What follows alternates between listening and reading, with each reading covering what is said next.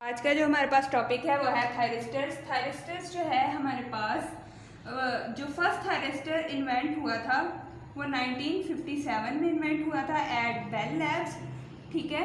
और थायरिस्टर जो है हमारे पास वो क्या होता है बेसिकली, थायरिस्टर हमारे पास ये जो वर्ड है थायरिस्टर, ये दो वर्ड्स का कॉम्बिनेशन है। First is thyratron and second is transistor. अब बेसिकली थायरिस्टर होता क्या है हम ये देख लेते हैं। तो हमारे पास हम थायरिस्टर को इस तरह से डिफाइन करते हैं कि a semiconductor device that has 4 alternative layer of P type and N type material. क्योंकि हमने कहा है कि ये एक wide application of semiconductor devices है, तो इसके नाम से हमें पता चलता है कि हमने कोई सेमीकंडक्टर इसमें इस्तेमाल किया है। तो या तो हम उसमें एन टाइप मटेरियल यूज़ करते हैं और पी टाइप मटेरियल यूज़ करते हैं। तो हमारे पास थायरिस्टर जो है वो बेसिकली हमारे पास 4 layers of alternating P type and N type material होता है। जैसे मैं यहाँ पे एक लेयर ले ली है हमने पी टाइप की, फिर से हमने एक लेयर ले ली एन टाइप की, अगेन फिर एक पी टाइप की और फिर एक एन टाइप की। तो थायरिस्टर के बेसिकली अगर हम एक पॉइंट बनाते हैं कि हमारे पास ये 4 लेयर ऑफ पी और P and N type material हमारे पास मौजूद होते हैं, ठीक है। अच्छा, अगर एक और पॉइंट हम इसके अंदर देखें तो हमारे पास यूजुअली थायरिस्टर के अंदर 3 जंक्शंस मौजूद होते हैं। अब जंक्शंस का हमें किस तरह से पता चलेगा, 3 पीएन जंक्शंस मौजूद होते हैं। आप ये देखें कि हमारे पास इन 2 लेयर्स के दरमियान एक जंक्शन मौजूद है, जिसे फॉर एग्जांपल अगर मैं J1 कह लूँ, फिर नेक्स्ट लेयर के दरमियान एक जंक्शन मौजूद है जिसे मैं J2 का नाम दे दूँ, और फिर इन दोनों के दरमियान ही एक जंक्शन मौजूद है जिसे मैं J3 का नाम दे देती हूँ। J स्टैंड्स फॉर जंक्शन, ठीक है। और थायरिस्टर की एक और चीज़ जो है, यूजुअली इसके अंदर 3 टर्मिनल्स होते हैं। 3 टर्मिनल्स होते हैं। अब हम देखते हैं कि थायरिस्टर्स के अंदर जो 3 टर्मिनल्स होते हैं वो कौन कौन से होते हैं। फर्स्ट ऑफ ऑल जो हमारे पास टर्मिनल होता है, जो पॉजिटिव टर्मिनल होता है उसको हम एनोड का नाम देते हैं। सेकंड टर्मिनल हमारे पास कैथोड होता है, जो हमारे पास नेगेटिव टर्मिनल, नेगेटिव लीड गिना जाता है, उसे हम कैथोड का नाम दे देते हैं। और and the third one is get, जिसके थ्रू हम इसकी जो बिहेवियर है उसको कंट्रोल कर सकते हैं। तो उसके लिए हम गेट को इस्तेमाल करते हैं। नोड को फॉर एग्जांपल हम रिप्रेजेंट कर दें ए से, कैथोड को के से एंड गेट को जी से, ठीक है। यूजुअली थायरिस्टर्स में ये 3 टर्मिनल्स होते हैं, लेकिन थायरिस्टर्स की कुछ ऐसी टाइप्स भी मौजूद हैं जिसके अंदर सिर्फ एनोड और कैथोड मौजूद होता है। थायरिस्टर्स जो है वो बेसिकली हमारे पास बाइस्टेबल स्विच के तौर पर काम करता है। बाइस्टेबल स्विच में हमने 2 ही स्टेट्स पढ़ी थी, जिसमें हमारे पास एक स्टेट तो ऐसी है जिसे हम कंडक्टिंग स्टेट का नाम देते हैं, जिसे हम कंडक्टिंग स्टेट का नाम देते हैं। The second one is non conducting state. तो जो हमारे पास बाइस्टेबल स्विच होता है उसके अंदर हमारे पास ये 2 स्टेट्स मौजूद होती हैं। तो ये ऑन एंड ऑफ के तौर पर इस्तेमाल होता है, ये बेसिकली एक स्विच के तौर पर इस्तेमाल होता है। लेकिन अगर हम ये देखेंगे कि थायरिस्टर्स की एप्लीकेशंस क्या है, तो थायरिस्टर्स की एप्लीकेशन बहुत वास्ट है। थायरिस्टर्स जो हैं वो हमारे पास जो है वो यूजुअली पावर इलेक्ट्रॉनिक सर्किट्स में इस्तेमाल होते हैं, जहाँ पे हमें हाई पावर डिवाइसेस जो हैं उनको ऑपरेट करने के लिए उसके अंदर हम थायरिस्टर्स को यूज़ करते हैं, ठीक है। तो जो हमारे पास थायरिस्टर्स हैं वो usually as a switch act करते हैं। हमारे पास कंट्रोल सर्किट्स जितने भी होते हैं, यानी जहाँ पे हम किसी चीज़ को कंट्रोल करना चाहते हैं उसके अंदर हम थायरिस्टर का इस्तेमाल करते हैं, ठीक है। हम देखते हैं कि मोटर स्पीड को कंट्रोल करने के लिए हम थायरिस्टर को इस्तेमाल करते हैं। थायरिस्टर हमारे पास एज अ कंपैरेटर इस्तेमाल होता है। थायरिस्टर जो है हमारे पास एज अ कंट्रोल यूज़ होता है। चार्जिंग सर्किट्स के अंदर थायरिस्टर इस्तेमाल होता है, यानी जिस भी जगह पे हमें कोई कंट्रोल सर्किट चाहिए होता है तो वहाँ पे हम थायरिस्टर्स को यूज़ करते हैं। इसके अलावा थायरिस्टर जो है इग्निशन सिस्टम्स में यूज़ होता है थायरिस्टर। इग्निशन सिस्टम से मुराद ये है कि जहाँ पे हम एक स्पार्क देते हैं या इस तरह से कुछ देते हैं और हमारे पास हम वहाँ पे थायरिस्टर्स यूज़ करते हैं। अब थायरिस्टर्स की इतनी वाइड एप्लीकेशंस हैं कि उसे एक जगह पे लिखना it is really time consuming, लेकिन थायरिस्टर्स की हम टाइप्स को डिस्कस कर लेते हैं क्योंकि different type of thyristors are used in modern electronics. So let's see कि हमारे पास जो थायरिस्टर्स की टाइप्स हैं वो कौन कौन सी हैं। थायरिस्टर्स की जो हमारे पास बहुत सारी टाइप्स होती हैं। थायरिस्टर्स जो यूजुअली वैसे तो 4 layer of alternating P and N type material होता है, लेकिन वो 3 लेयर्स भी हो सकती हैं और 2 लेयर्स भी हो सकती हैं। तो अगर हम देखें कि हमारे पास थायरिस्टर्स की कौन कौन सी टाइप हैं, बेसिकली हम यहाँ पे लिस्ट करेंगे जो सबसे ज़्यादा यूज़ होती हैं क्योंकि थायरिस्टर्स की बहुत सारी टाइप्स हैं। तो सबसे पहले जो हमारे पास आता है वो है 4 लेयर डायोड, ठीक है, जो हमें नाम से पता चलता है कि जिसके अंदर हम डायोड्स को यूज़ करते हैं और हमारे पास पी एन टाइप मटेरियल भी यूज़ हुआ है, 4 लेयर थायरिस्टर से आया है। फिर हमारे पास सेकेंडली SCR है जो एब्रीविएशन है सिलिकॉन कंट्रोल्ड रेक्टिफायर का। तो सिलिकॉन कंट्रोल्ड रेक्टिफायर भी जो है वो एक 4 लेयर थायरिस्टर है, लेकिन इन दोनों के दरमियान जो बेसिक डिफरेंस है वो टर्मिनल्स का है। इसके अंदर हमारे पास 2 टर्मिनल्स मौजूद होते हैं, जबकि सिलिकॉन कंट्रोल्ड रेक्टिफायर के अंदर हमारे पास 3 टर्मिनल मौजूद होते हैं।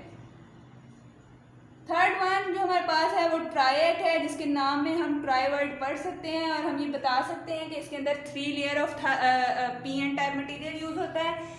नेक्स्ट वन इज हमारे पास डायट। ये वो सारे थायरिस्टर्स हैं जो वाइडली यूज़ होते हैं और डायट में हमारे पास डाई का वर्ड मौजूद है, जिससे हम बता सकते हैं कि इसके अंदर हमारे पास 2 layers of alternating P N type material मौजूद है। और नेक्स्ट वन इज SCS, जिसे हम सिलिकॉन कंट्रोल्ड स्विच का नाम देते हैं, ठीक है। तो अब बेसिकली आज का जो हमारा टॉपिक है वो है 4 लेयर डायोड। तो हम सबसे पहले 4 लेयर डायोड को डिस्कस कर लेते हैं।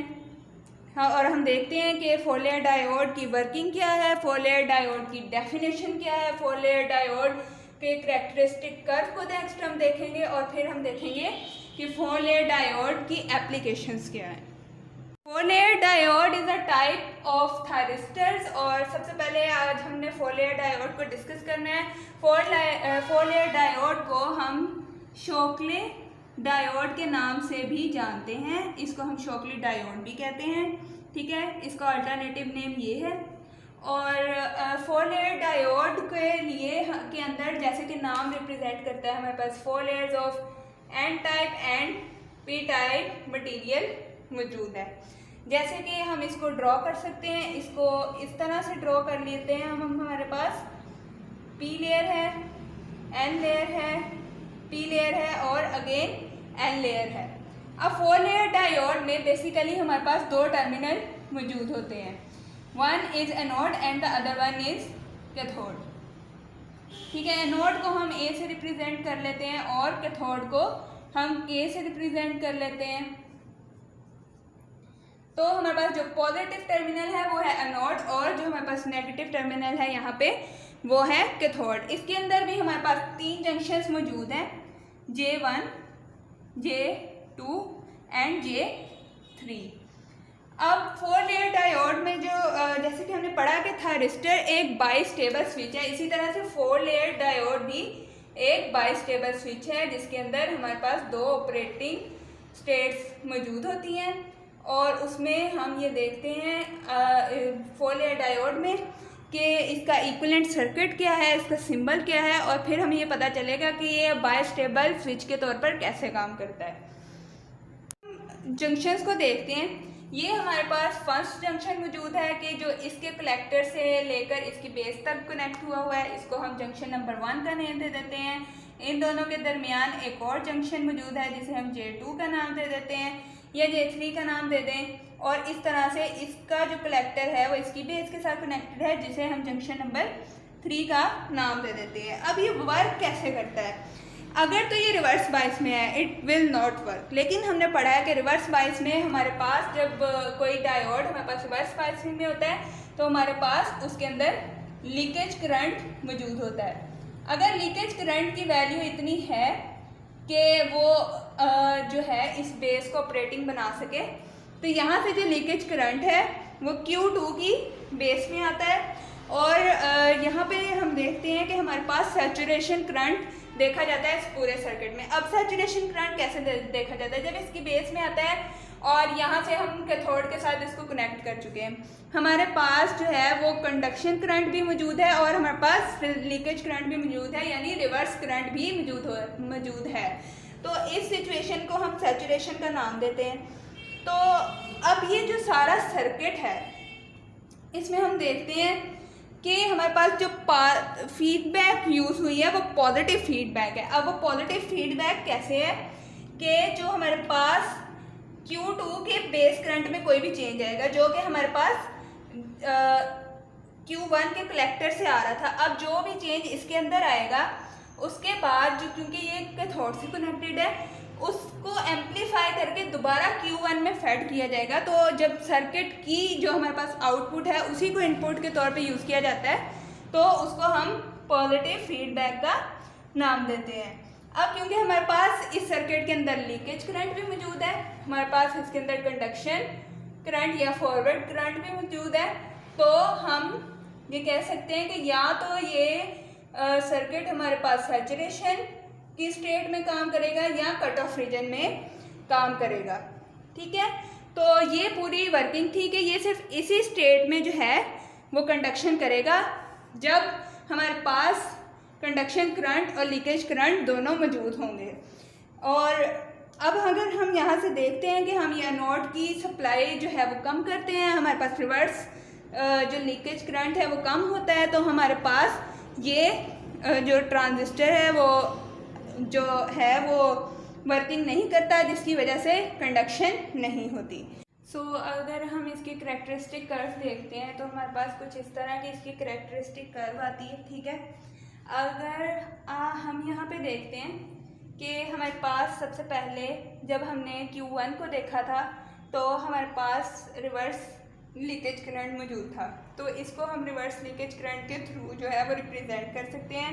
हमने I करंट और वोल्टेज के दरमियान जो है वो करैक्टरिस्टिक कर्व ड्रॉ करनी है, और जो के यहाँ पे लिखा है, A stands for anode and K stands for cathode, जैसे कि हमने फॉरवर्ड ब्रेक ओवर वोल्टेज की बात की थी, तो यहाँ पे हमने वही वोल्टेज जो है वो इस्तेमाल किया है।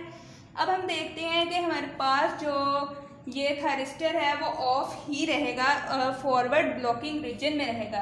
कब तक रहेगा? जब तक हमारे पास जो वैल्यू है VBR की वहाँ तक हम पहुँच नहीं जाते। अब VBR क्या था? क्योंकि हमने पढ़ा था कि फर्स्ट जो हमारे पास ट्रांजिस्टर था फॉर एग्जांपल Q1, उसकी जो रिवर्स करंट था वो हम Q2 के बेस को दे रहे थे, तो उसको हमने VBR वोल्टेज का नाम दिया है। जब वो इस वैल्यू पे पहुँचेगा उससे पहले तक जो हमारे पास स्टेट रहेगी वो फॉरवर्ड ब्लॉकिंग रीजन होगा, उसके अंदर जो हमारे पास, इसको हम फॉरवर्ड ब्लॉकिंग रीजन का नाम देते हैं, उसके अंदर हमारे पास थायरिस्टर जो है वो कंडक्शन नहीं करता। जबकि जब VBR तक हमारे पास वोल्टेज पहुंच जाती है, जब हमारे पास हम इस पॉइंट पर पहुंच जाते हैं तो हमारे पास फॉरवर्ड कंडक्शन रीजन आ जाता है, जिसके अंदर थायरिस्टर जो है वो कंडक्शन करता है और वो ऑन स्टेट में होता है। इसी तरह इसको फॉरवर्ड कंडक्शन रीजन कहते हैं। ठीक है, और वो ग्रेजुअली जैसे जैसे उसकी वैल्यू बढ़ती जाती है, उसको हम जैसे जैसे हमारे पास ये करंट की वैल्यू बढ़ती जाती है और हमारे पास वोल्टेज की वैल्यू बढ़ती जाती है, इसी तरह हमारे पास जो कर्व है, जो थायरिस्टर है उसका कर्व भी जो है वो उसकी वैल्यू ग्रेजुअली इंक्रीज करती है। तो IS हमारे पास यहाँ पे सैचुरेशन करंट है, जबकि IH जो है वो हमारे पास होल्डिंग करंट है। अब ये सारा कंडक्शन स्टेट को रिप्रेजेंट कर रहा है, लेकिन जो हमारे पास IH है होल्डिंग करंट है। अगर एनोड से हमारे पास जो रिवर्स करंट आ रहा है, जब तक उसकी वैल्यू IH से ज्यादा रहेगी, तो हमारे पास जो है वो कंडक्शन करता रहेगा। हम सिर्फ कंडक्शन एक सूरत में रुकेगी और वो ये कि जो हमारे पास लीकेज करंट आया था उसकी वैल्यू होल्डिंग करंट से कम हो जाए। तो अब हम इसकी एक अदद एप्लीकेशन देख लेते हैं जिसको हम सॉ टूथ वेव फॉर्म जो है उसके अंदर हमारे पास हमें मिलती है। जो हमारे पास आउटपुट सिग्नल होता है उसकी जो वेव फॉर्म होती है वो सॉ टूथ होती है और उसकी शेप कुछ इस तरह की होती है। ठीक है, तो बेसिकली हम यहाँ पे एक सर्किट देखते हैं जिसको हम रिलैक्सिंग ऑसिलेटर का रिलैक्सेशन ऑसिलेटर का भी नाम देते हैं। अब इसके अंदर क्या होता है कि हम रजिस्टर और कैपेसिटर का यूज़ करते हैं और एक 4 लेयर डायोड का यूज़ करते हैं। तो हम उस सर्किट को ड्रॉ करते हैं और साथ साथ देखते हैं कि इस सर्किट के अंदर जो है इसकी वर्किंग क्या है और हमारे पास कैसे जो हमारे पास सॉ टूथ वेवफॉर्म आती है। हम सबसे पहले एक बैटरी के साथ इसको कनेक्ट करते हैं। हमारे पास एनोड के साथ क्योंकि हमारे पास कनेक्टेड है, ये पॉजिटिव और ये हमारे पास नेगेटिव। यहाँ पे हमारे पास एक रेजिस्टर मौजूद है जिसके साथ हमारे पास एक अदद 4 लेयर डायोड कनेक्ट किया हुआ है एंड उसके साथ ही हमारे पास एक कैपेसिटर जो है वो कनेक्ट किया गया है।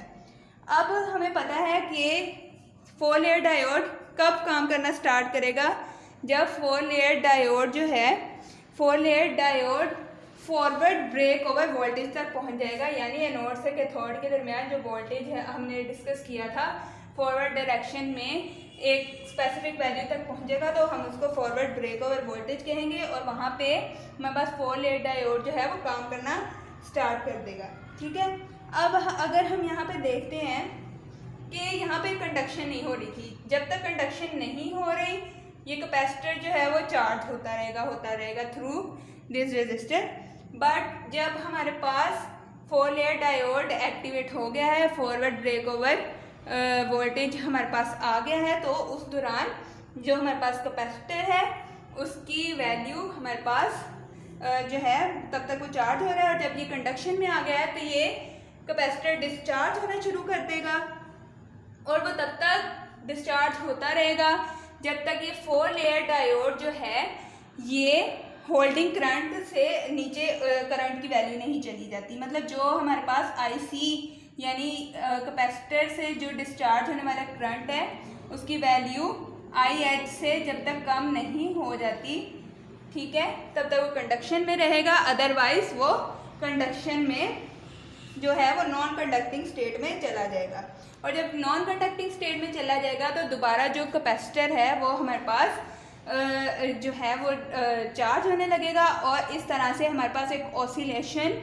जो है वो प्रोड्यूस होने लगेगी। अब हम यहाँ पे देखते हैं कि हमारे पास जो भी फॉर्म आएगी वो क्या थी। जो वी सैचुरेशन होती है वो 0 वोल्ट से ग्रेटर होती है, हम इसको यहाँ पे ये लिख देते हैं। और सेकंड हमारे पास VBR है, यानी सेकंड जो हमारे पास इसके अंदर ट्रांजिस्टर मौजूद है जो हमने उसको लीकेज करंट प्रोवाइड किया था। तो VC जो इनके दरमियान वोल्टेज का डिफरेंस बनेगा वो सॉ टूथ की फॉर्म में। सो इसके दरमियान जो हमारे पास डिफरेंस है वो सॉ टूथ की फॉर्म में बना है जिसे हमने VC का नाम दिया है। और ये थी इसको हम saw tooth wave form generator भी कहते हैं और रिलैक्सेशन ऑसिलेटर भी कहते हैं। सो ये एक एप्लीकेशन थी हमारे पास 4 लेयर डायोड की। ठीक है, नेक्स्ट लेक्चर्स में हम डिस्कस करेंगे silicon rectifier, silicon control rectifier को, डायक को, ट्रायक को और बाकी जो इसकी टाइप्स हैं उनको।